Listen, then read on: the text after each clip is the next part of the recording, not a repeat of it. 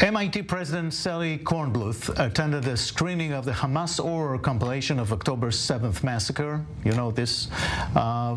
Let's talk more about this with David Kaufman, a New York Post journalist. Thank you very much for joining us, David. Thank you. Will the screening have any effect, in your opinion? It's hard to say exactly how she's going to personally feel about the screening. She did express, obviously, that what she saw was horrific and left her feeling very unsettled. But I think the bigger issue is that President Kornbluth has seen a strong message of support from MIT, unlike President Madgill at the University of Pennsylvania, who was fired. MIT has made clear that they're going to keep their leader in place, much like Harvard has. So this is really only an opportunity in a way for her to reflect on both her performance on Capitol Hill a few weeks ago, which was widely disparaged and resulted in her calls for resignation, and for the fact that MIT and their board and the entire academic institution has basically said that we're going to keep you in place. So now that you're in place, now that you've seen these horrors, what's going to happen now? What's going to be your message now? And this is an opportunity to sort of refine and recalibrate that message. Right. Correct me if I'm wrong, but I think as opposed to Harvard and Penn, she was more quiet about this. About her testimony, yeah. She did not take any step back. No, and she's also, what's interesting about the case of President Kornbluth is that in receiving a very loud and vocal affirmation for her position by the MIT board, she has kind of emerged as a symbol of support for the academy, support for freedom of speech, support for professors' rights and academic rights.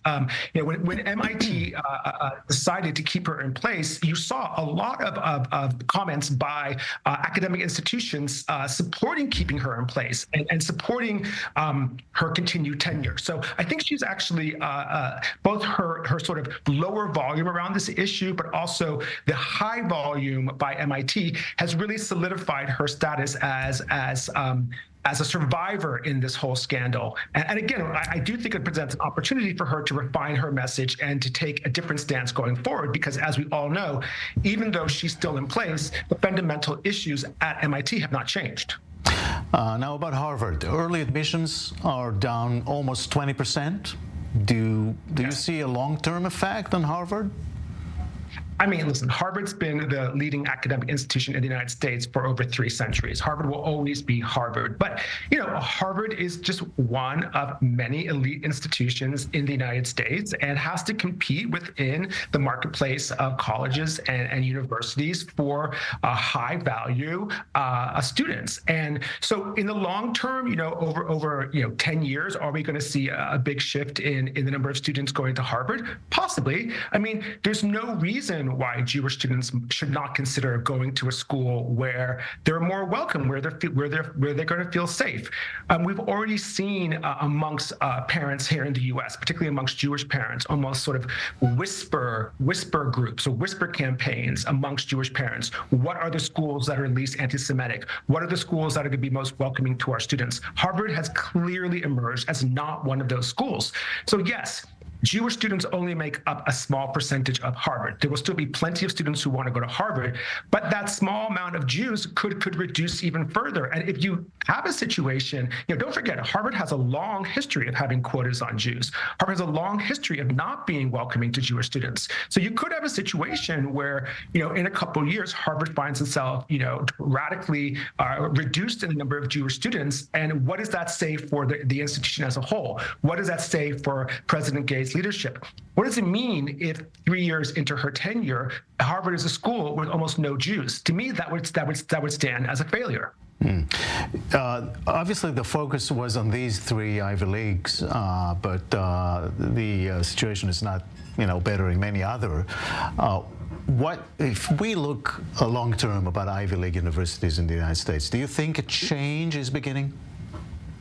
I think, listen, Ivy Leagues are extremely important because they're the highest profile. They offer the most sort of long-term career success for the students who go there, and they set the sort of tone for the rest of the country. What we've seen is in the last 2 months since October 7th is what is widely being considered a failure of leadership by Ivy League presidents. At the same time, particularly in the case of President Gay, you're seeing the beginning of very vocal critique of the affirmative action and the DEI system that many say got President Gay into this position in the first place. I think this could be sort of the biggest long-term change in higher education, led by the concern over the silence amongst Ivy Leagues. Are we going to begin to see a shift towards the massive focus on diversity, on equity, on inclusion on these campuses?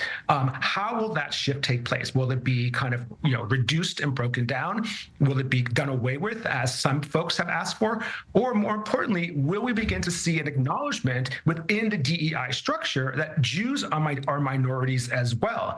And as we're trying to speak of inclusiveness, diversity, equity, ensuring equal outcomes for all students, that focus must extend to Jewish students as well. If we're going to rest our laurels on a DEI system, and that system is going to remain in place, where will Jewish students find a place within that system, and how will their needs be accounted for, just as the needs for African American or LGBT students has been championed for the last half decade to decade. David Kaufman, thank you very much. Thank you so much. Thank you.